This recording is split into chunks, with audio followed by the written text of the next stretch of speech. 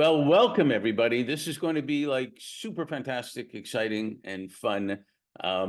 We've got like a the top trio from Girl Power Talk right here, right? This is the top trio. So Rapti, Oratile, and Marlie, welcome to the Leaders Who Care series.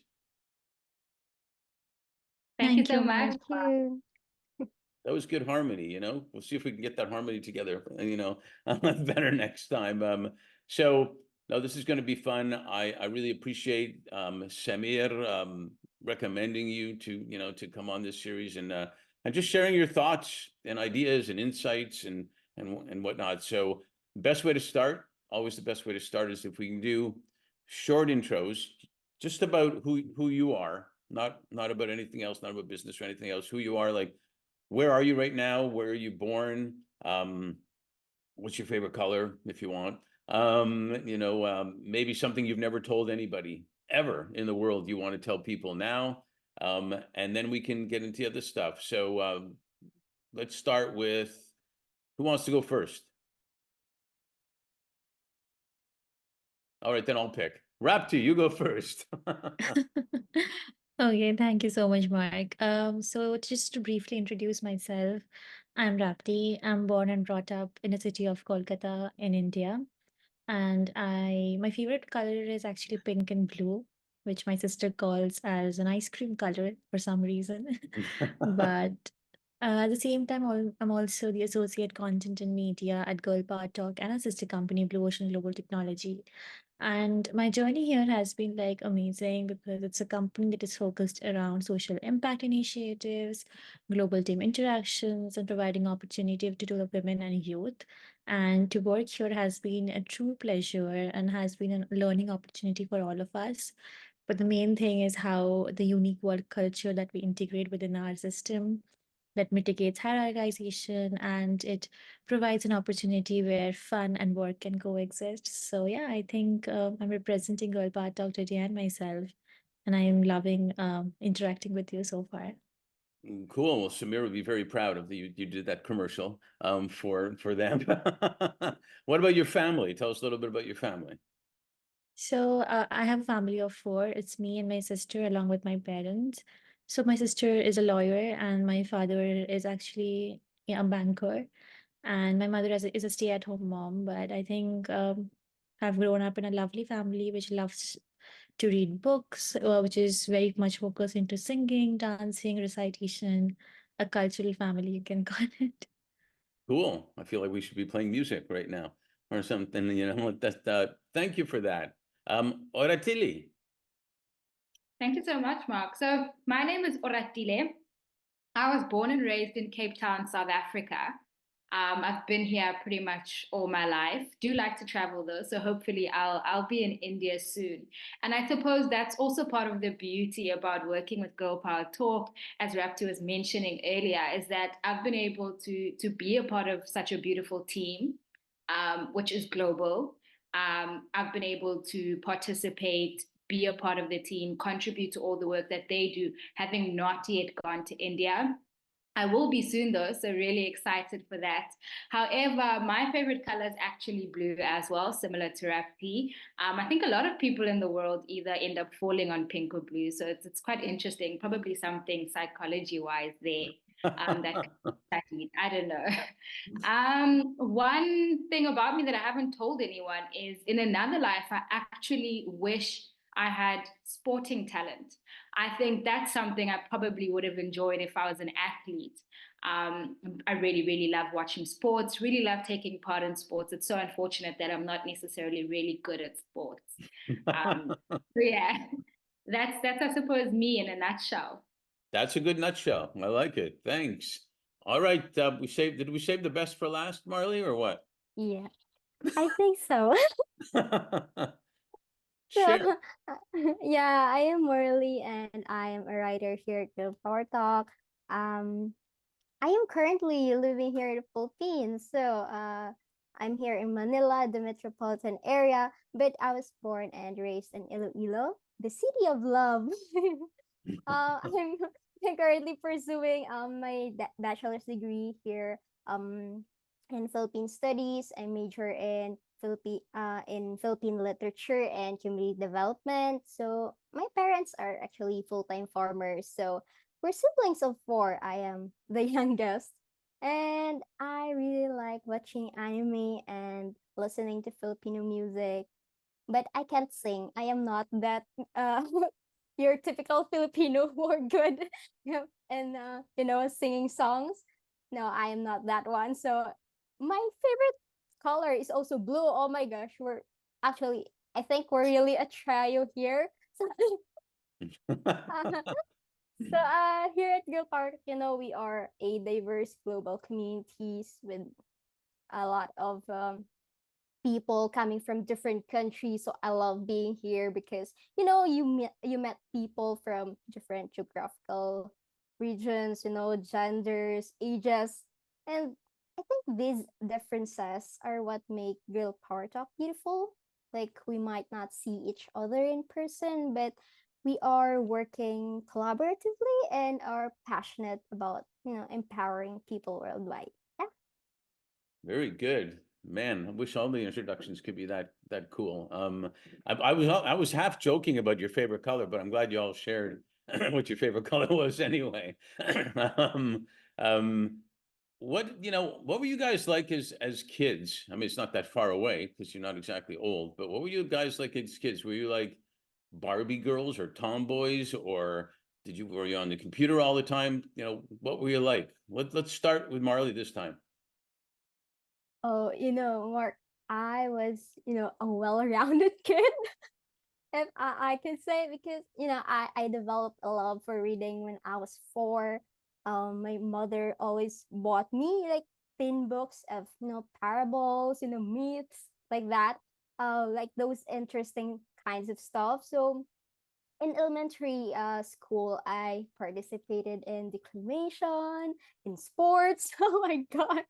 like, and when I began high school, same cycle, like academic activities, curricular. I served my school and community through student organization. I was also in, candidate for journalism and was like an editor in chief way back. Okay. But When did you sleep? no time for sleeping. No time for sleeping. All right.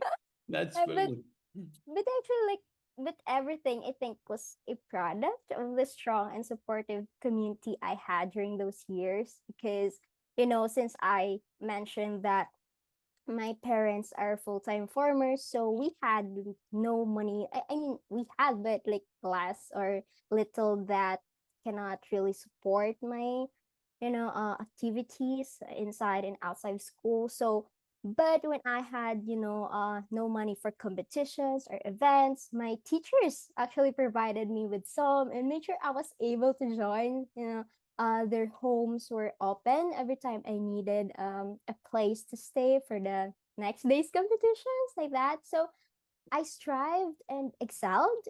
And I think I was that a well-rounded kid because of the people who believed in me and supported me with everything cool. they had, big and small. So yeah. This is called Leaders Who Care series, and that comes up a lot. So there you found leaders who really did care about you and made a difference, and that's something we try to focus on a lot. How that can make an impact for people, and you explained it right there. Oratile, what kind of kid were you? I think when I think about one word that could probably define my childhood, I would say the word inquisitive. I was definitely the kind of child that was in every little corner, just growing up from a young age. So I found myself, and I think similar to Marley, at 4 years old, going with my older siblings because I'm the youngest of four. The rest are all male. I'm the only female. And I found myself going with them to preschool, going with them to grade 1, my other brother, and I would just sit in the class. I mean, God bless the teachers that didn't kick me out. But yeah, I think one thing that definitely would define is inquisitive. I'm always looking for kind of ways um, to bring joy to people. I'm always looking for ways to keep myself and people busy. which always assists in building relationships. So I think even in leadership, one of the main reasons why I joined leadership when I was in university at the University of Cape Town was that it was for me very interesting that usually the way the world looks at conflict is one person, one party being on their side of the situation and another party being on another side of the situation. But there's always a commonality and always ways in which coming together finds a effective and efficient solution to the problem. So yeah, I would definitely say that's also probably the reason why I was drawn to numbers in a field in finance. Now that I'm in my later years, it's because when I was younger, for me, mathematics and the world and the community I was around was a subject that everyone was kind of scared of, a subject that's always kind of looked at as difficult and complicated. And so I was interested in finding out why and finding out how it can be made fun, which has also then contributed to me then giving back to my community and teaching younger kids mathematics now that I do understand it, just because I believe there is an easier way and fun way that can keep kids in school and learning all subjects where they can find where really do they excel and not necessarily what would be the easy way out. So yeah, I think I would definitely say inquisitive. I also definitely ended up doing all the sports, although I can say a contributing factor was probably the fact that I was dying to find one sport that I'd be good at. But yeah, I did all sports, joined choir, joined debating, and ended up being an all-rounder really, which I think now also aids my ability to sort of be creative.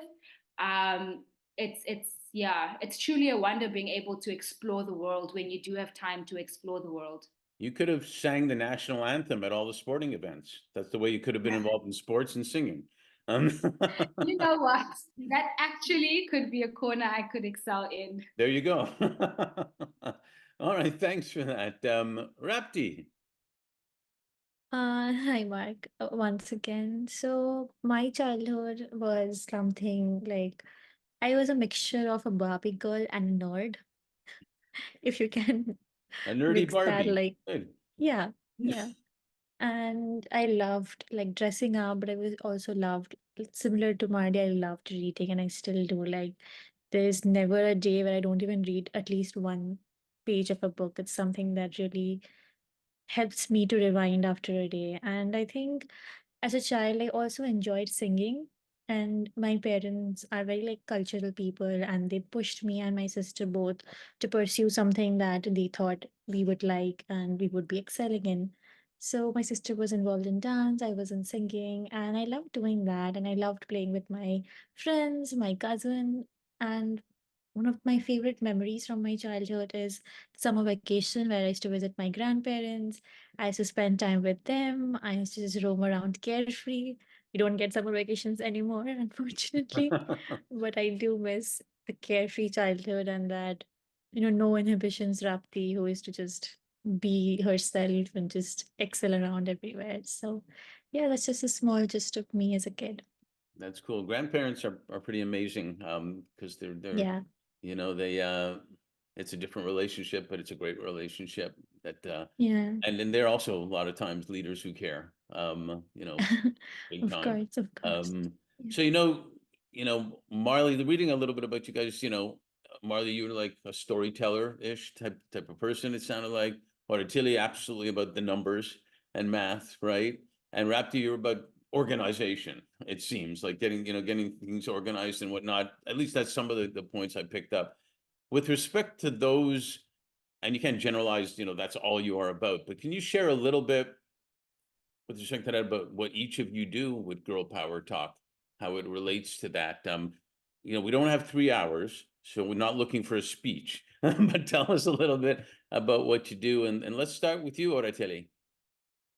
Okay, thank you, Mark. So first and foremost, I am a senior associate in the Finance and Investments Department at Grow Power Talk and our sister company, Blue Ocean Global Technology. So the main thing would definitely be doing financial analysis, and we have a project at Grow Power Talk that focuses on startups and helping identify female-led businesses in India that have potential of growth and assisting them with accelerating their startup, giving them the mentorship that they need, and just helping them sort of get to the place that they need to be. So those are the kind of initiatives that we do in the finance and investments department at Girl Power Talk. But one beautiful thing about Girl Power Talk as well is that we're able to work across the board and across departments. So we contribute generally to Girl Power Talk as an organization altogether, and that assists each of us grow, get out of our comfort zones, and find new passions and new ways to sort of be helpful, build relationships with our colleagues because we assist each other in all our tasks. So outside of that, I also am involved in growing our digital footprint and our team membership footprint in the rest of Africa. So the other 54 countries in Africa. Definitely, I think one thing we do know that social media and just the digital world and how it has improved coming into 2014 and obviously going forward is that it's made the access to information a little bit easier, but there's still not necessarily access to opportunities. And Africa is riddled with financial illiteracy and just poverty, inequality. And so it's really great that we are expanding and looking to expand. The idea is that by, again, touching one life, one soul, and being able to grow our digital footprint, we'll be able to make a bigger impact in Africa. Currently, we do have an NPO, which is Girl Power USA, and we already have quite a number of initiatives in Africa. We're helping doctors in Kenya, for example. So yeah, it's pretty great in terms of social impact. So the day-to-day numbers and financial analysis is not all that we do. We do a lot more than that. I hope that was short enough, Mark. That was beautiful, actually. Yeah, the numbers are important, and data obviously is super important, but it's not the whole ball game. And no, that was great. Thank you for sharing that. Marlie. For me as a writer, I engage in diverse tasks within and outside the company. So my work spans across various niches and industries, including like tech, education, health, and fitness, and many, many more. So I craft client profiles, write articles for them, like copy edit or like website content, and take on like multitude of other writing projects there. So, but writing for me is an exciting journey because it allows me to, explore different people, places, experiences. It's a platform where I can nurture my passion for storytelling and write with a purpose, whether it's like providing information that someone needs or offering words that can soothe a restless mind. So, yeah, my writing actually serves not just the client, but also the readers who encounter my work. Yeah, that's it. I can tell you're a storyteller because you kind of sing when you talk, type of thing. Yeah, which is really cool because when you end the sentence, you always end the sentence with "It's good," and we did this together, and then like that, and that's awesome. Well done. You hit the right notes, no doubt about it. Rapti. Hi. So in terms of my responsibilities and that I do here at Girl Power Talk and Global Technology, is that I'm mainly involved in social media marketing and handling all the social media channels. And this part of marketing was quite new to me when I joined Girl Power Talk, but I completely, I think, found my niche, you can call it, and have been enjoying it thoroughly. But as Oratile and Marley mentioned, we do work across departments, and two of the most other departments that I contribute in is public relations and client management.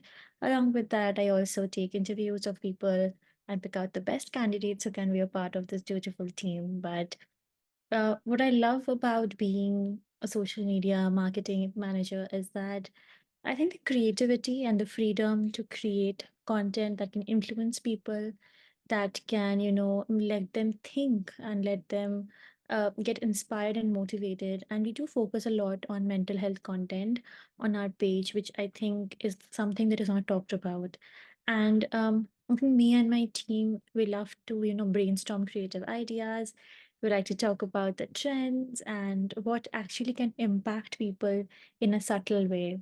And I think, to be very honest, this creative skill is something that I have inculcated, and I'm glad to do that. But at the same time, when I get to handle global clients, it has also made me a better individual and a more confident version of myself. And I have broken out of the shell of that introvertedness. And it's all thanks to Girl Power Talk that I can have been able to do that. But I think managing and organizing is something that I really, really enjoy. And I really, really find my calling in there. Well, when it comes to mental health, you have a very calming voice. So I'm already feeling mental health happening right there when you talk. Don't you think that she just comes in really calm and then cool. That's great. Mental health, all the things you guys talk about are key initiatives. And they do cross over to each other, all the time. That's what we found. I wanted to ask you, as young women, Fifth Element, our firm, we were founded on, we launched our firm on International Women's Day at the UN headquarters in New York. Our first event ever actually was for young women entrepreneurs in a consortium we organized in Delhi, in India. That was like 2019 or something like that. So as young women, women's voices are certainly being heard more than ever, but they're still have to try harder to be heard in different scenarios.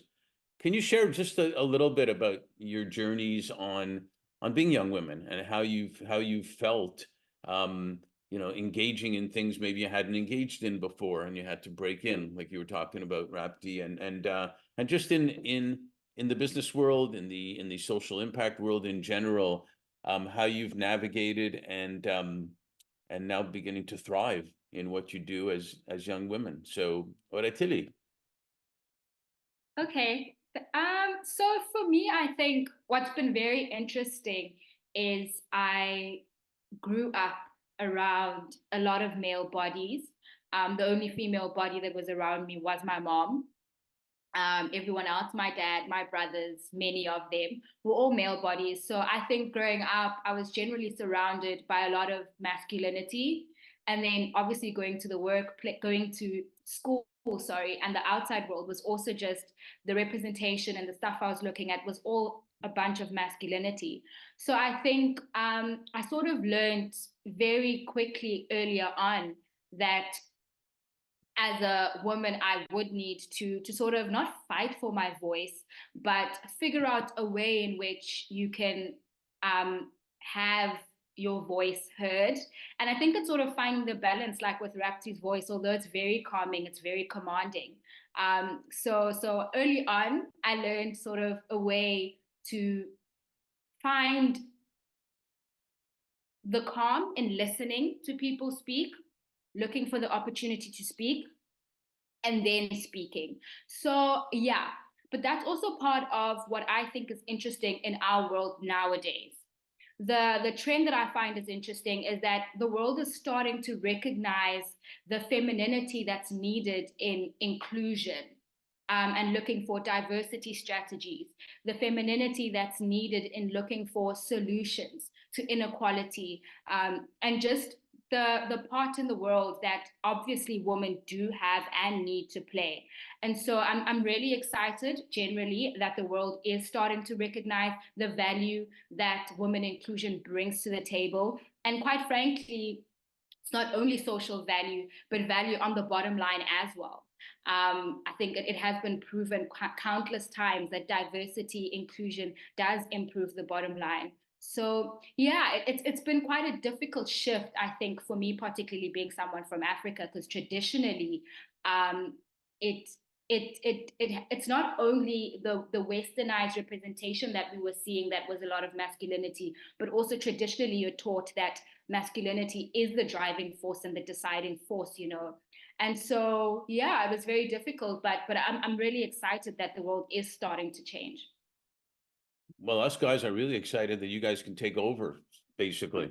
Actually, but in all seriousness, yeah, one of the things we do in our work is we help our clients find the best talent, and it's always about diversity. And it's not to have diversity for the sake of having diversity, but have it for the experiences, the different cultural, points that come in, the experiences. I mean, not the years of experience, but the actual experiences that people bring to the table are really important. And for a good thing, men and women are different, and that's great. That's what's supposed to happen. So thanks for sharing that. Rapti, what about you? About me is that before being in the zone of marketing, my niche and what I thought my calling was academia, because my studies is revolved around history and international history, to be precise. And when I did internships before Girl Power Talk and other, I realized that marketing is something that is something that I find my calling in. And after I joined here, I realized that in other areas of life, there are issues where, in leadership roles, you do tend to see men in the more in little leadership roles rather than women. But here, what I loved and what I realized was they give you the opportunity, irrespective of your gender, irrespective of your age. You are the leader. They believe in your potential. They believe in your creativity. And I have the creative freedom. Like in most other organizations or in around the world, they think that they do tend to dictate that women will think in a not so creative way, but that is not true. We are rational beings. We love analyzing and we love creatively thinking. So I think as a woman and as a individual myself, being a part of a global team and interacting with wonderful and independent girls like Oratile and Marley, I just get to learn every day from them some great values, as well as from my team and my male team members as well. So it's not about the gender disparity, but it's more about coexisting together and having a harmony that we can strive upon rather than competing with each other. And my journey, I think, has been something that I feel inspired by. And I feel that if I had a younger sister, she would have been proud of me. But yeah, I think that's Look, it in a gist. your sons and daughters will be proud of you. There's no doubt about that. And you both raised interesting points. Competing at the very beginning, because there was less positions for women, and women actually competed more for that. And I compared it once to what somebody talked about love. They asked the couple, "Are you going to have more kids?" They had 2 kids. We're going to have more, and it was a planned training session, and they said, "Well, I don't think we can split the love up more. If we have more kids, we have to split the love up. But what really happens is the love becomes more abundant. You have more of it. You're not splitting up a finite piece of love." And the same thing for experiences and what people can bring to the table. The more the merrier type of thing, whether it's and working together. It's not women replacing men. It's not women replacing women. It's all together to get things done. So um, and I think or I think you talked about conflict, and when you talk about conflict, and one of the programs I think you've seen that we support is called Nonflict, which is about people actively listening to each other, like for real, and stuff, especially women and minorities, if you will, that weren't in the past. So yeah, you expressed that really well. And Marley, I know you guys talk about, I guess the mission is, and correct me if I'm saying it wrong, to empower one girl, one woman, and one human being at a time. Tell us how you've been feeling, and with respect to that mission as well. Well, Mark, let me share my story so that I can really be like, I'm a testament of this. So, Mark, I grew up in a, poor family, but want to die poor. So I took, a significant risk by moving alone to Manila and in pursuit maybe of independence and better opportunities. So I enrolled in a state funded university, which alleviated, the burden of tuition cost. And I was fortunate enough to receive a scholarship grant. However, like living in the metro was still costly, and I didn't want to burden my parents, who are both, farmers facing economic challenges in the province. So I needed to find another source of my financial resources to go with my life here. So in 2020, I joined mass organizations at my university and eventually became, the head of the education and research community. So this role honed my writing skills, and I leveraged that to apply for jobs. And among thousands of job listings on the internet, I discovered Girl Power Talk, and I said that I think this is perfect for me. And I was correct in believing it was meant for me because working at Girl Power Talk is my first experience as an employee, but here I enjoy the challenges and rewards of professional life. I am part of a company where I am constantly encouraged, supported and mentored by amazing people. And in this workplace, I am seen, heard, appreciated, and valued. And I think one of the most enriching aspects of my experience here at Real Power Talk is the opportunity to interact with diverse people worldwide. So we share cultures, collaborate on projects and work towards our common goal. So, and I believe that this global interaction has significantly improved my craft and, of course, many aspects of my life, both personally and professionally. So I think my journey has been one of the transformation and empowerment. So I'm gonna say that I am that one girl, one woman, and one human being who has been empowered and is now capable of empowering others. Yeah. Wow, I'm feeling empowered. There's no doubt about it.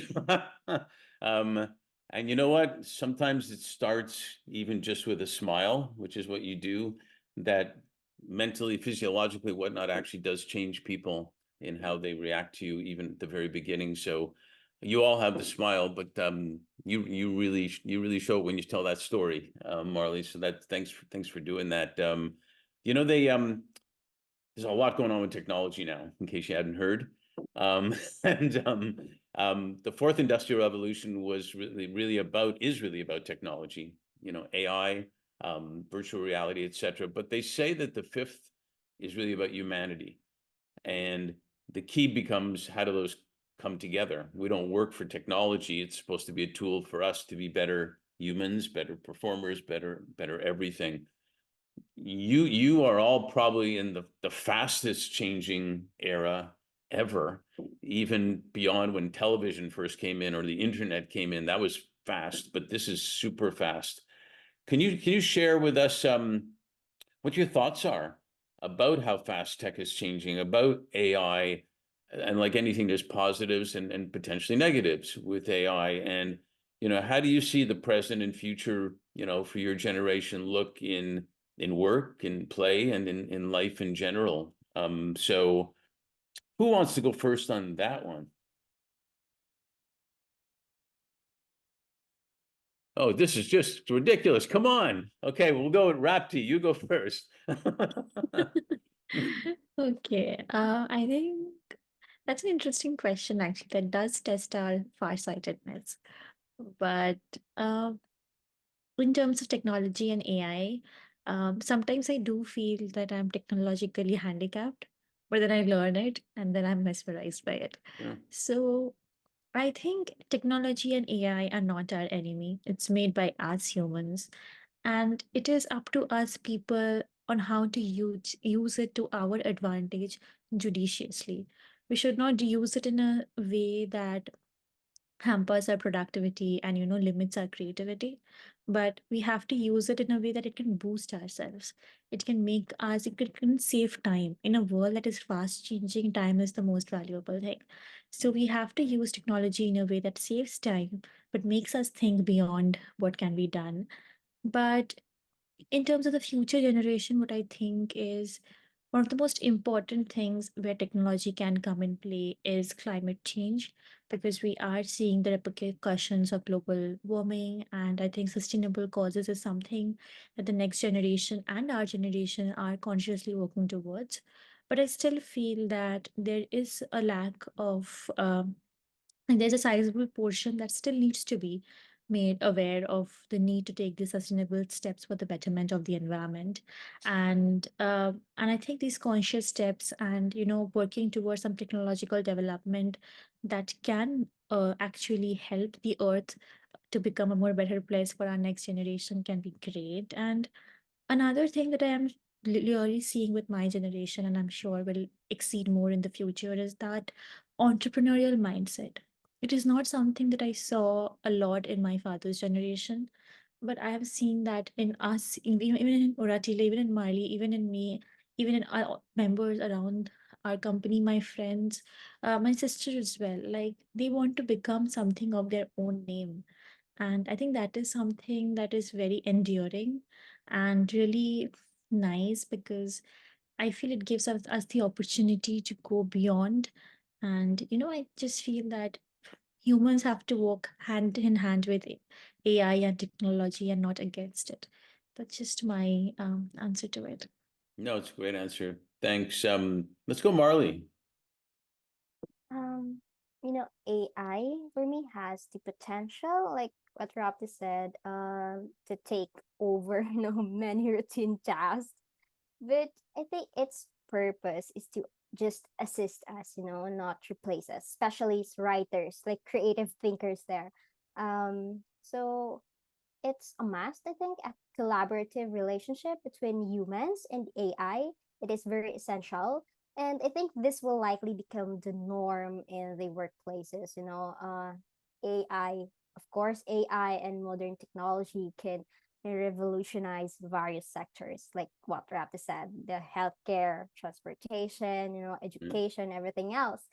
However, with these advancements come risks and disadvantages. So, and Rapti also said that.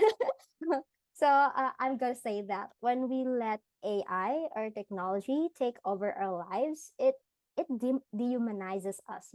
It takes away from us the opportunity to build genuine relationships with real people. So I think as AI and technology evolve, so must we. No, it is important to adapt and develop skills, new skill sets to stay relevant in this rapidly changing world. So I think this boils down again to continuous learning and education, that that of course focuses on how humans can be the principal actors of this world. Yeah. Yeah, and Oratile, following up on that, getting your thoughts. One of our friends is somebody that founded AI for Good. It's a summit, and it's all about how do we use AI for good? How do people that are getting involved in AI use it for not only economic or other advantages, but for social and environmental impact? And one of the skill sets that we look at now from leaders is what we call high skills. It's just HI, instead of soft skills, which I never liked that term because it kind of means fluffy and people didn't really take it seriously, but high skills, which are human intelligence skills. What's your thoughts on all of that? It's interesting that you asked that, Mark, because I actually think that the fourth revolution and the fifth, as you were describing them, do work hand in hand.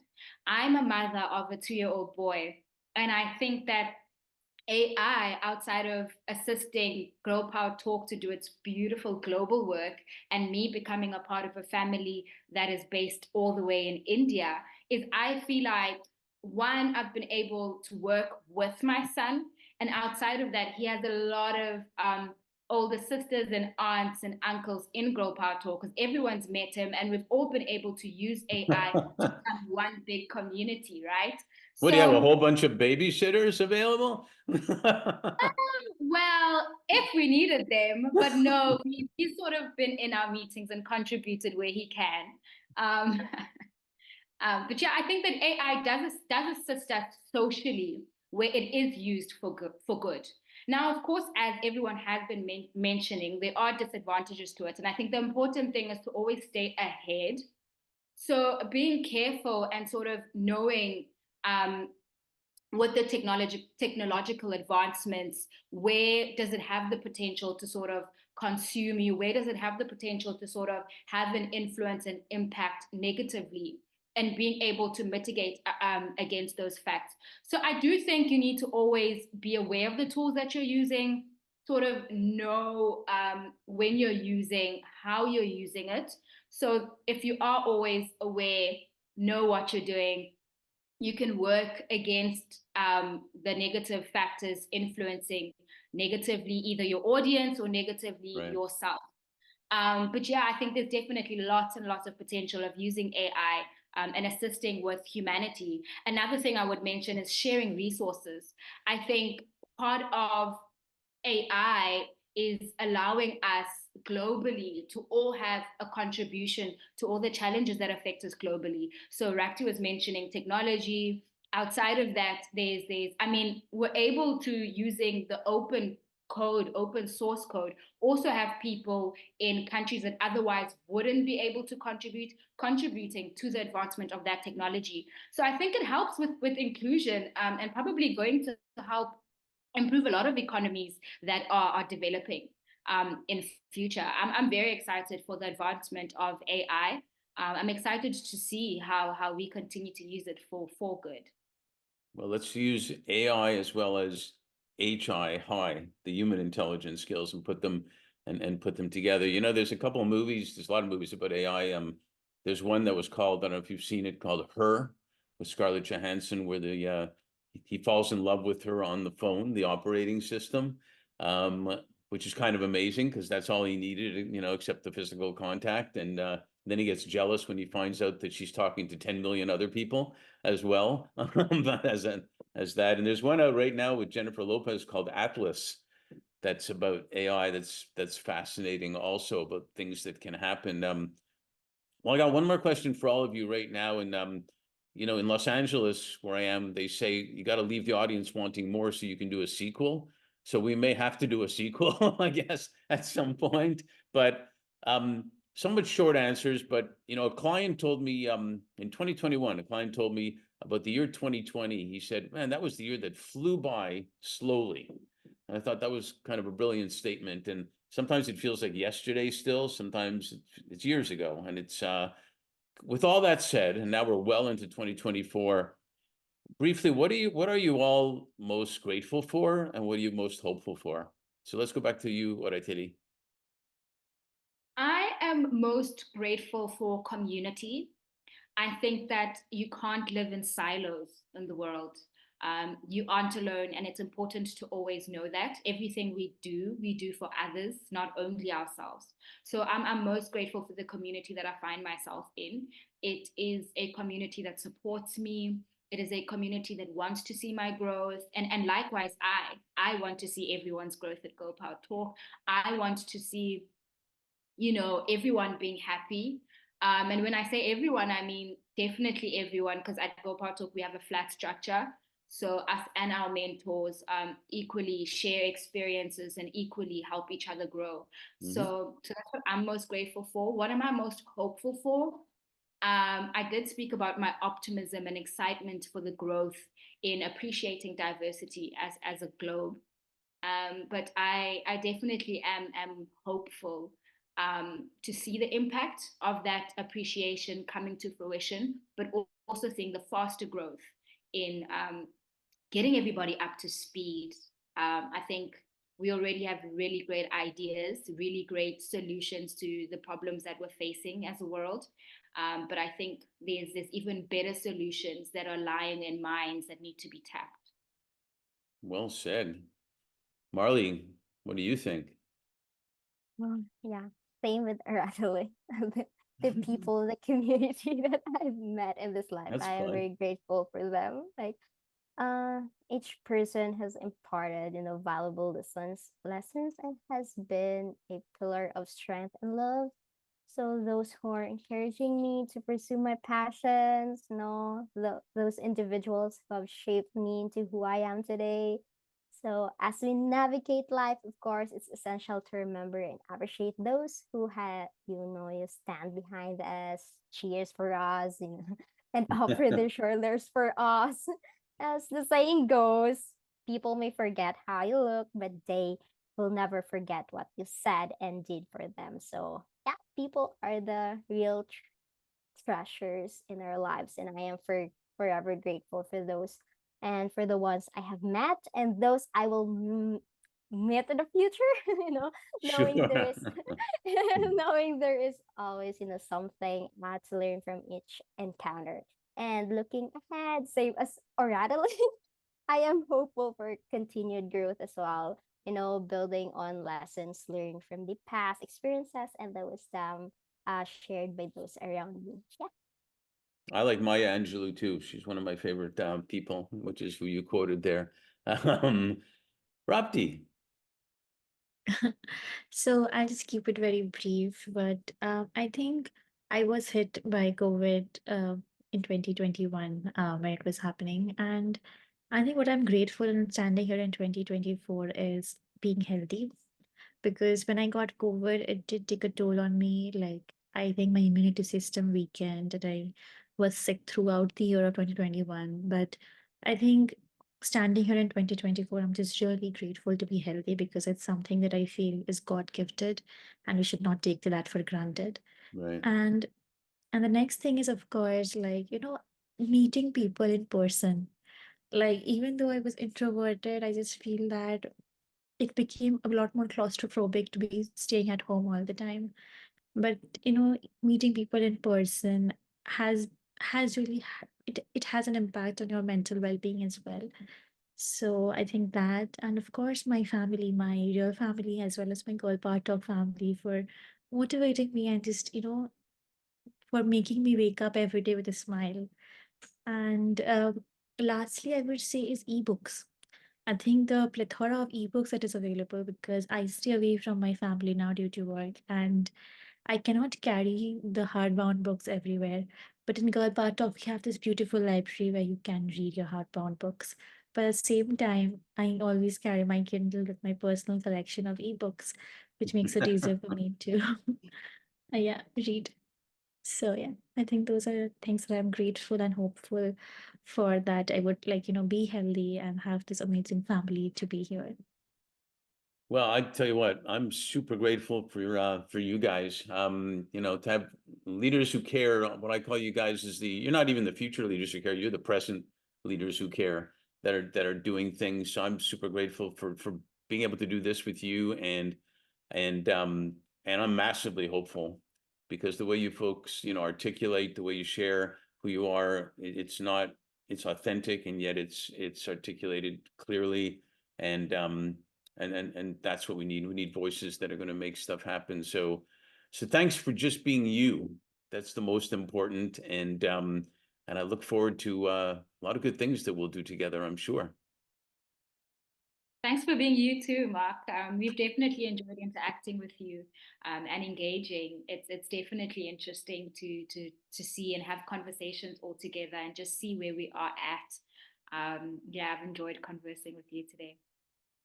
Thanks, Yes, I guys. agree with Aratira. I think it was just wonderful, like, and especially your questions, they were so thoughtful and insightful. It made us think. It even made us smile while answering them. So thank you for shattering out such beautiful and nuanced questions for us and making us a part of this Leaders with Care series. Flattery will get you everywhere. Marlie, do you have any final comments? I would say, yeah, I agree with them. That's a good But comment. Mark, I'm really grateful right now to be here. Because even if we are like conversing through Zoom, through virtual, but I can really feel connections, and this is real and genuine connection from everyone here. And I really wish I can see them and see you in person later on. And yeah, I am grateful for that, and I really enjoyed the time that this discussion and conversation. It really digs deep down to our own authentic selves. So uh, I'm really glad to be here. Thank you. Well, thanks to all of you. I can't wait till we have the Leaders Who Care get together party. So that'll be fantastic. It's a great idea, Mark. You should do it. You got it.